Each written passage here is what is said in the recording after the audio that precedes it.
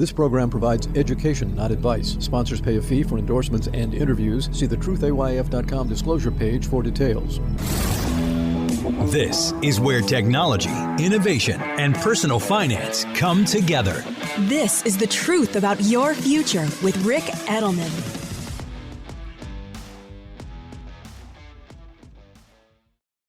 The Truth About Your Future with Rick Edelman is brought to you by Schwab. You want control of your financial future, and Schwab knows that. That's why when it comes to managing your wealth, Schwab gives you more choices, like full-service wealth management and advice when you need it most. You can also invest on your own and trade on Thinkorswim, the powerful award-winning trading platforms. Plus, you'll get low costs, transparent pricing, and 24/7 live help. Because Schwab understands it's your financial journey, and they believe you should have choices in how you invest. Visit schwab.com to learn more.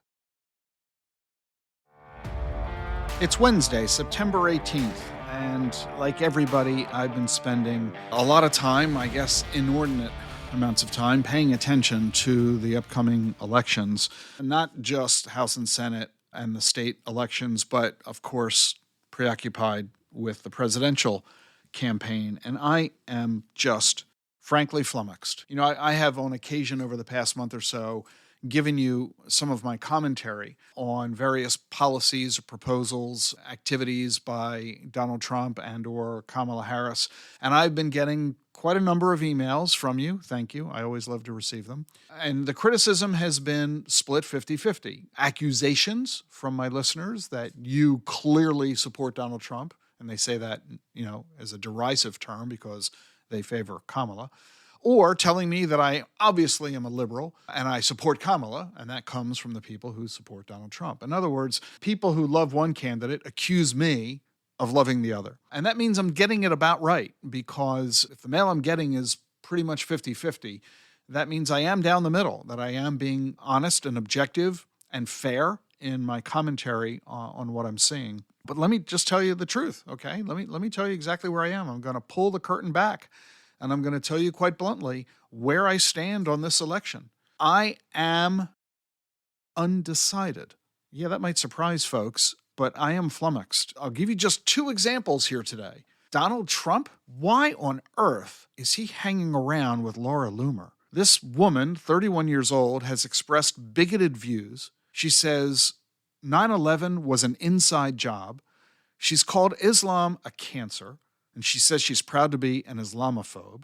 She recently said on X that Kamala Harris, if she wins the election, the White House would smell like curry, which is a racist remark against the VP and a whole bunch of people around the world. You know you've got a problem when even Marjorie Taylor Greene says that Laura Loomer is appalling and extremely racist and doesn't represent Republicans.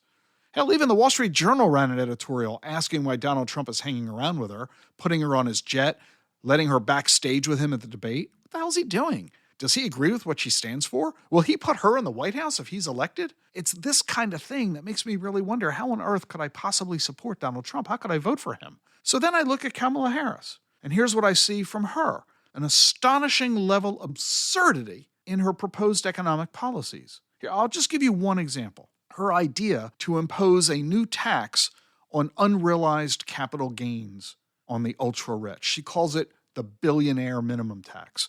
She would apply a minimum 25% tax every year on the unrealized capital gains of Americans who are worth more than $100 million. Now, a lot of folks are saying, oh, so what? It's only on the uber rich, people worth $100 million or more. And hey, I'm not that, and therefore she's going to tax them. She's not going to tax me, and let them pay their fair share. And the rich don't pay enough in taxes. And she creates this us versus them environment while claiming to be the candidate for everybody. And regardless of that rhetoric, the fact is that if she were to try to apply a 25% tax on unrealized capital gains on this very tiny group of people, it would actually destroy the capital markets. It would crush your 401k. Yeah, this isn't something that only would impact the super rich. It would impact everybody. There's a study just released from a professor at Harvard Law School. He's also a director of the Committee on Capital Markets Regulation. And their study shows that billionaires collectively own $5 trillion worth of stock in this country. That's 7% of the entire stock market. This represents 2/3 of their wealth, which means if they had to suddenly pay a 25% tax on all the profits they've earned on the stocks they currently own, they haven't sold them, so they haven't paid taxes on them yet, they would have to sell hundreds of billions of dollars worth of stock in order to come up the cash to pay the tax. And if they sold hundreds of billions of dollars worth of stocks, those sales would drive down stock prices, not just for them, but for everybody who owns stocks. And that means your 401k. It means your company's pension plan, your union's pension plan, which is fully invested in stocks. And this would happen every single year. It would also crush private companies as well, because the people who have $100 million or more in assets, they've also got $4 trillion in unrealized capital gains in the shares of private companies, according to the study. But you can't sell the shares of private companies because they're private. Those shares are not tradable. So those rich people would have to go to their public shares, the stocks on the New York Stock Exchange and NASDAQ. They'd have to sell more of those to raise the cash to pay the tax on their private shares. Now, if the law that Kamala is proposing won't apply to the private assets, then guess what the rich will do?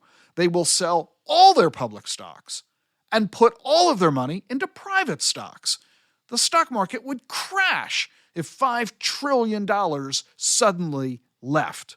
She doesn't seem to understand this. And that astonishes me, that a career civil servant might not understand the fundamentals of how the stock market works. Her plan, she says, is to exempt those who have 80% of their wealth in non-tradable, illiquid assets. And all that does is give all these rich people a major incentive to shift their money to exactly those kinds of assets. She just doesn't seem to get it. So how could I possibly endorse her when she is talking about creating policies as crazy as that? And don't tell me that Harris's proposal to tax the unrealized capital gains has no chance of passing Congress. I know that it has no chance of passing Congress. That's not the point. Or maybe that is the point, because if it has no chance of passing Congress, because Congress has no support for it, because the American people don't want it, why would Harris put forth a proposal that is so left-wing, so liberal, so progressive, so extreme, that it is so out of touch with the American public? And oh, by the way, this isn't pie in the sky. This was already put before the Congress because it was in Joe Biden's budget. Harris is simply echoing the policies of Joe Biden, which were failed policies. It shows that she's not inventing anything new on her own. She's just parroting what Joe Biden has been doing. So don't tell me that, oh, it's not a big deal, Rick, it doesn't matter because it'll never pass. The fact that she would even propose this indicates how out of touch she completely is. And on an economic side, it's reflective in her choice of VP. Her vice president selection doesn't own a car, doesn't own a house. According to his 2022 tax return, he has earned no interest income, no dividend income, no capital gains. The guy owns no savings or investments. How can he know anything about how the financial markets operate if he doesn't have a bank account, doesn't have a brokerage account, doesn't own stocks or bonds or mutual funds? What he does have are 3 pensions. He's got a military pension, he's got a school teacher pension, and now he's got a government pension from his service in Congress and as governor. So his attitude is, all I got to do is show up for work, do it long enough, and they'll give me a monthly check for as long as I live. That's what a pension is. Well, good for you. You're absolutely right. You provide service for a career in the military, you get a pension. You provide a career in the school teaching system, and you get a school teacher's pension. And you go to get government service in Congress or the governor's mansion, and you get a pension there too. Good for you. But what he doesn't understand is where that pension money comes from. Sure, he has some of his paycheck applied to the pension fund, but it's also fully supported by the state legislature or the federal government in the case of a military pension. And now on top of this, what do the pension fund managers do? They take the pension money they're allocated, they invest it in the stock market. The reason that pensions are able to provide benefits to the pensioners is because of the profits they've earned in stocks. In other words, your pension check is fully dependent on the performance of the stock market. And if Harris's proposal to tax unrealized capital gains comes along, which crushes the stock market, it will therefore crush the pension funds, destroying the pensions that so many Americans, including Tim Walz, are counting on. The fact they don't get this shows how out of touch they are with how the American economy and the capital markets operate. And that scares me to death. Oh, and don't now go say, oh, well, Rick, you're just proving you're for Trump. Look, Donald Trump is the guy who came out with this notion of we're going to make Social Security benefits tax-free. We're going to make tips tax-free. We're going to now make overtime pay tax-free. Is he crazy? In the middle of federal deficits and a massive federal debt, our need to pay our bills, he's just exempting left and right as many people as he possibly can from taxes, all in an effort to pander to the electorate in a desperate effort, elect me and I won't make you pay taxes. This is insane. Trump's economic policies, in so many ways, aren't any better than Kamala Harris's. Both of them are wrong. And it's not just on the economy either. You just saw what the Pope had to say. The Pope just declared that both of them are immoral. He said Kamala Harris basically wants to kill babies, and Donald Trump basically wants to kill immigrants. He said they're both immoral. Choose from the lesser of the evils. In fact, both Donald Trump and Kamala Harris have offered plenty of economic policies, so much so that economists say they're able to calculate the impact of all of these proposals on the federal deficit. And with the result of that analysis, which of the candidates would make it worse? I'll give you the answer to that in 60 seconds. Stay with us for more here on The Truth About Your Future.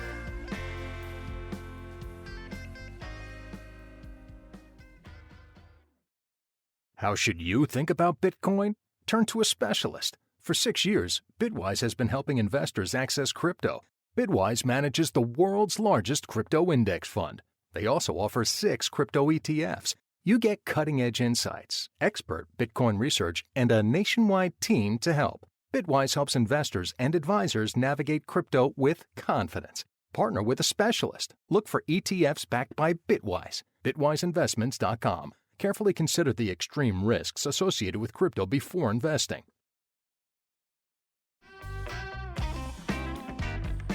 So, what is the result of that analysis done by the economists? Which of the candidates would make the federal deficit worse? Well, the Penn-Wharton budget model is produced by a nonpartisan research group out of University of Pennsylvania and the Wharton School of Business. And they say the plans from both Trump and Harris are bad, that both of them would increase the federal deficit. So, yeah, I'm between a rock and a hard place. I'm therefore undecided. Trump so often says and does terrible things. Hangs around with terrible people. Harris has terrible economic policies encouraged by terrible advisors. So you tell me who I should vote for. No, seriously, you tell me. Send me your thoughts. Help me answer this question. Send it to askrick@thetruthayf.com. The link is in the show notes. I need your input. Help me resolve this. In fact, starting in October, as we get within a month of the election, I'm going to start talking more and more on this podcast about what I'm thinking and how I'm feeling. Because right now, I'm totally flummoxed. Just like another 15% of the entire country who, like me, are undecided. And that means we're the ones who are going to decide who gets elected. You can start by trying to persuade me.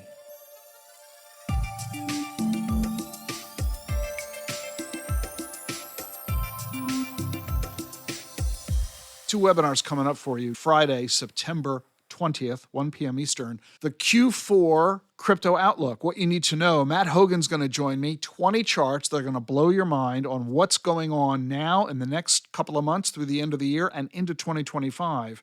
You'll get past the headlines and really see what's happening in the world of crypto. You're really going to enjoy this. That's Friday, September 20th, 1 p.m. And then the week after that, Wednesday, September 25th, we're going to take you beyond the crypto ETFs, and we're going to unlock alpha in crypto for you. Chris Ryan, portfolio manager, head of liquid active strategies at Galaxy, is going to join me, and we're going to show you how to gain risk-managed exposure to the crypto-linked equities, crypto miners, semiconductors, financial services, and more, innovative strategies, and active management. If you are interested in learning more about two of the biggest topics in active management, this webinar is a must-see. You get 1 CE credit for each one of these webinars. You can register for both of them for free at the links in your show notes. Thanks very much. Hope to see you at these two events. I'm glad you're with me here on The Truth About Your Future. If you like what you're hearing, be sure to follow and subscribe to the show wherever you get your podcasts, Apple, Spotify, YouTube. And remember, leave a review on Apple Podcasts. I read them all. Never miss an episode of The Truth About Your Future. Follow and subscribe on your favorite podcast app. I'll see you tomorrow. Increased awareness and actionable intelligence about the forces that are shaping our world. This is The Truth About Your Future with Rick Edelman.